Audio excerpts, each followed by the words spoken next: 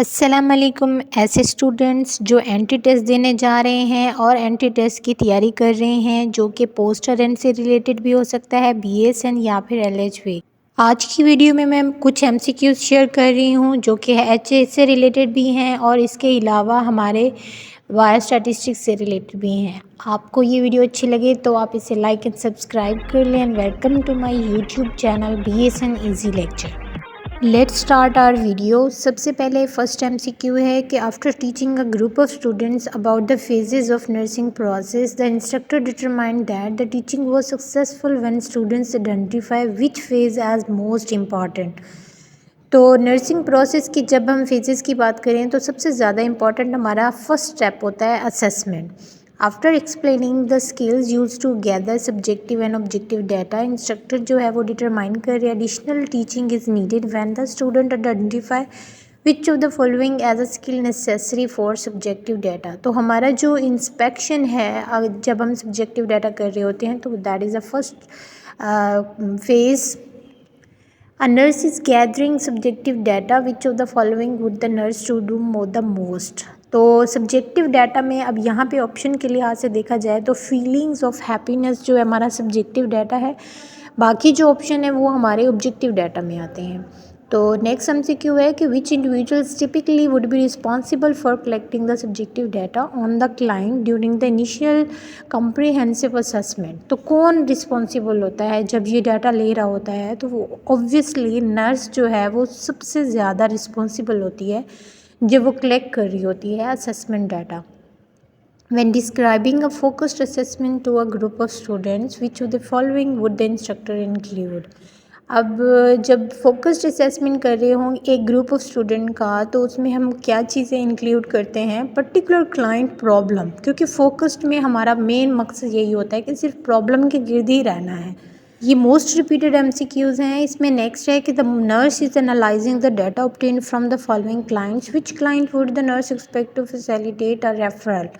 अब कौन सा क्लाइंट है जिसको रेफरल की ज़रूरत है? 80 ईयर ओल्ड है जो कि बेटी के साथ आए हैं। 50 ईयर ओल्ड क्लाइंट है न्यूली डायग्नोज विद डायबिटीज़ है। 3 ईयर ओल्ड चाइल्ड है जो कि एक्यूट ईयर इन्फेक्शन से आया है। टीनेजर है जो कि कॉन्ट्रासेप्टिव। तो इसमें सबसे ज़्यादा डायबिटीज़ वाला, क्योंकि ऑब्वियसली उसको अभी नहीं पता कोई इन्फॉर्मेशन, उसे पूरी गाइडलाइंस चाहिए, तो उसको हमें रेफरल की ज़रूरत है। Following completion of the comprehensive health assessment, the nurse periodically perform a partial assessment primarily for which reason? तो किस रीज़न के तहत वो पार्शियल असेसमेंट करेगी? रीअसेसेस प्रीवियसली डिटेक्टेड प्रॉब्लम्स। तो जो प्रीवियसली डिटेक्टेड प्रॉब्लम थे उनको दोबारा रीअसेस करेगी। एंड ये सारे एमसीक्यूज़ ऐसे हैं जो कि हेल्थ असेसमेंट के हैं और ये मोस्टली पीपीएससी में या फिर डिफरेंट जो टेस्ट हैं ना, एंट्री टेस्ट, उनमें ये आ चुके हैं। आप इनको गौर से देखें और इन्हें अच्छे से याद करें। When describing the expansion of the depth and scope of nursing assessment over the past several decades, which of the following would be identified as being the primary force?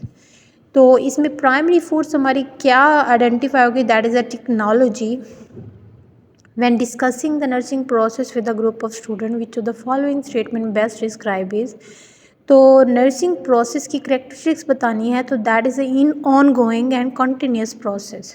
तो ये हमारी इसकी डेफिनेशन में भी आती है, इसकी करेक्टरिस्टिक्स में भी आती है, इसकी बेस्ट स्टेटमेंट में भी आती है कि ये है ऑन गोइंग है और कंटिन्यूस असेसमेंट होती है एज अ नर्सिंग प्रोसेस जब भी हम पेशेंट के पास जाएँ।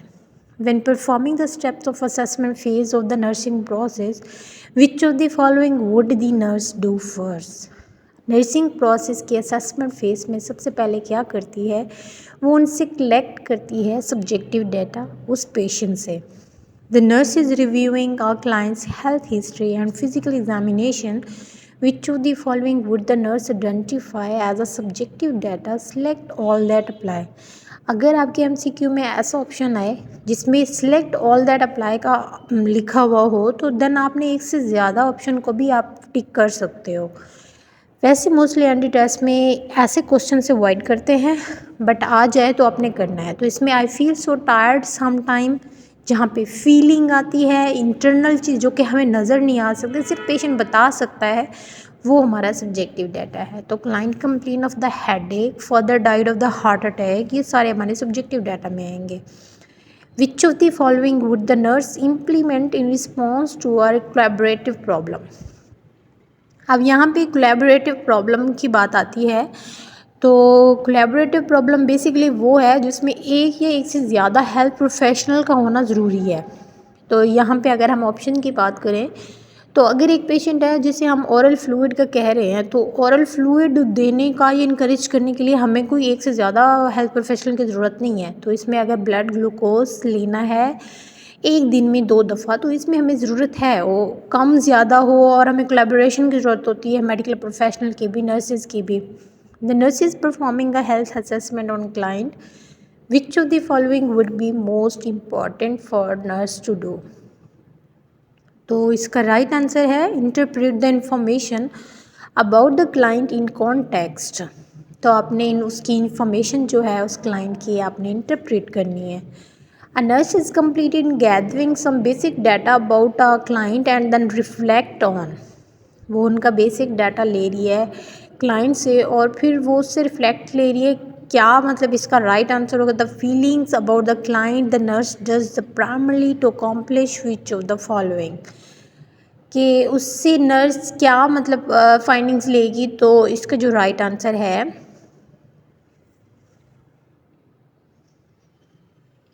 Avoid biases and judgement. जब भी आप पेशेंट को असेस कर रहे हो तो आप बाइसनेस और जजमेंट को साइड पे रख के करें, कि सिर्फ आपकी देख लेनी या आपकी जजमेंट से ही वो फाइंडिंग्स वैसी नहीं होती। An instructor is reviewing the evaluation of the nurse role in health assessment. Instructor जो है वो डिटरमाइन कर रही है teaching was successful when the student identify which of the following the major method used by nurses early on to perform assessment. तो natural senses जो है अगर वो उसको यूज़ कर रही है तो इसका मतलब उनको अच्छे से समझ आ गया लेक्चर जो वो इंस्ट्रक्टर ने डिलीवर किया है। तो नेक्स्ट एमसीक्यू है कि during an in service presentation the presenter stresses the importance of accurate and थारो डॉक्यूमेंटेशन फॉर विच रीज़न। अब जब हम इन सर्विस प्रेजेंटेशन दे रहे होते हैं, जो प्रेजेंटर है वो मोस्टली स्ट्रेसेस करता है एक्यूरेट और थारो डॉक्यूमेंटेशन फॉर दिस है। अब वो किस बेस पे डॉक्यूमेंटेशन पे जोर दे रहा है या डॉक्यूमेंटेशन की इंपॉर्टेंस बताना चाह रहा है, उसकी रीज़न ये है कि assure valid conclusion from analysed data. Next MCQ, the nurse is working in an ambulatory care clinic. Which client would the nurse determine to be the most need of an emergency assessment? तो कौन सा ऐसा client है जिसको सबसे ज़्यादा emergency assessment की ज़रूरत है। तो जब इस तरह का ऑप्शन आता है तो हमने ऑब्वियसली हर पेशेंट को, हर पर्सन को ही ज़रूरत है जो इमरजेंसी में आता है, लेकिन हमने यहाँ पे प्रायोरिटाइज़ करना होता है। तो इसमें सबसे ज़्यादा जो ज़रूरत है 35-year-old man with chest pain and diaphoresis for 1 hour. तो हो सकता है हार्ट अटैक के साथ हो, तो सबसे ज़्यादा हमने इसको जो है इमरजेंसी असेस करनी है। Before meeting a client and performing the comprehensive health assessment which of the following would be the most important for the nurse to do. तो जब हम असेसमेंट कर रहे हो कॉम्प्रिहेंसिव, तो हमें उस करने से पहले हमें उसका प्रीवियस रिकॉर्ड चेक करना है, मेडिकल रिकॉर्ड जो कि क्लाइंट लेके आया हुआ होता है। Which of the following client situations would the nurse interpret as requiring an emergency assessment. तो कौन से क्लाइंट सिचुएशन है जिसे वो एज एमरजेंसी असेसमेंट कंसीडर करे। तो मोस्टली ये पीपीएससी में ये क्वेश्चन बार बार आया। ये रिसेंटली 17 का पीपीएससी हुआ था, उसमें भी ये क्वेश्चन आया था, क्योंकि इसमें मोस्टली जब प्रायोरिटाइजिंग की बात की जाती है तो इसमें आपका जो लेवल है वो देखा जाता है, प्रैक्टिस लेवल, कि आपने किस तरह किस बेस पे आपने उसे प्रायोरिटाइज़ किया हुआ होता है। तो मोस्टली हमारे ऑप्शन सारे करेक्ट आ रहे होते हैं, बट जब हम एक ऑप्शन को सिलेक्ट करते हैं जो कि हाई प्रायोरिटी है according to the Maslow need या according to the Gordon functional health pattern, तो हमें वो लेवल को पहले सिलेक्ट करना होता है जो सबसे ज़्यादा हाईएस्ट पे हो। तो इस एमसीक्यू में जो इसका राइट आंसर है वो क्लाइंट जो कि ड्रग ओवरडोज लिया हुआ हो। The activities below effects the step of nursing process, तो place the activities in their proper sequence from first to last. तो यहाँ पे उन्होंने ABCD के मुताबिक उन्होंने सीक्वेंस दे दी है कि सबसे पहले आइडेंटिफाई करेंगे outcome and then nursing problem and then collect information outcome achievement and carrying out intervention. तो nurse is collecting data from a client which of the following best reflect objective data. Objective data में हमारा appearance जो है उस client का वो हमारा objective है जो कि ऑब्जर्वेबल है, हमें नज़र भी आ रहा है।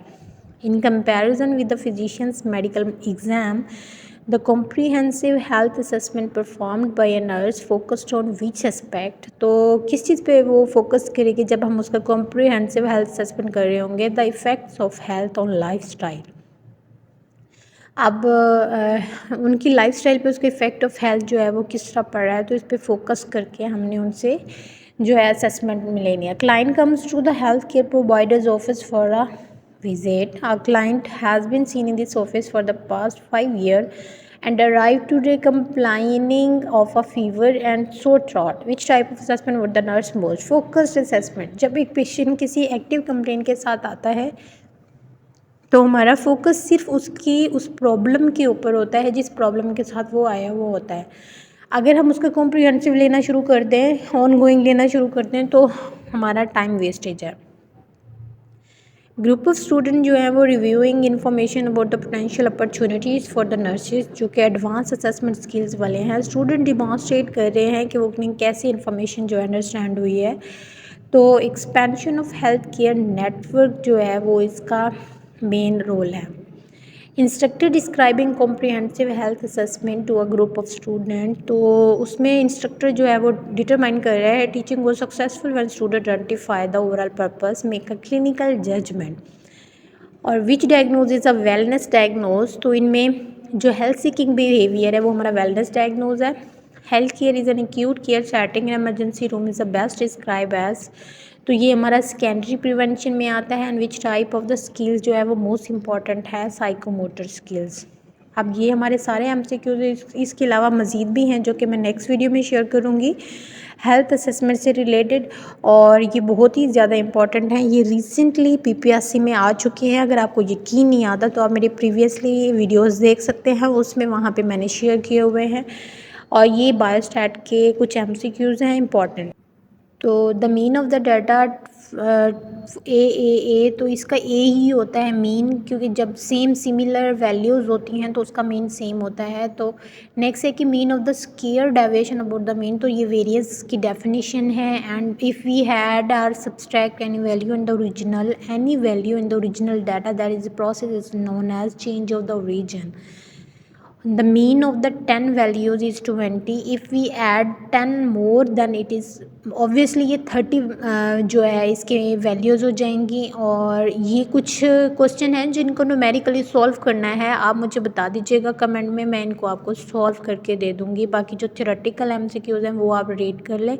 जैसे डेफिनेशन से रिलेटेड है, जैसे नेक्स्ट है 8th MCQ, when n is a odd number then medium is defined as the middle value. Obviously medium को हम मिडल वैल्यू के तौर पे भी डिफ़ाइन करते हैं। और for the group data the class interval having maximum frequency is known as, तो इसे हम मॉडल क्लास कहते हैं।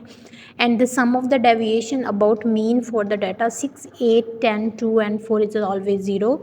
और अगर कैलकुलेटेड वैल्यू का स्केयर की एक्सेप्टेंस रीजन में आ रही है तो नल हाइपोथेसिस एक्सेप्ट हो जाएगा। So subscribe my channel. अल्लाह हाफिज़।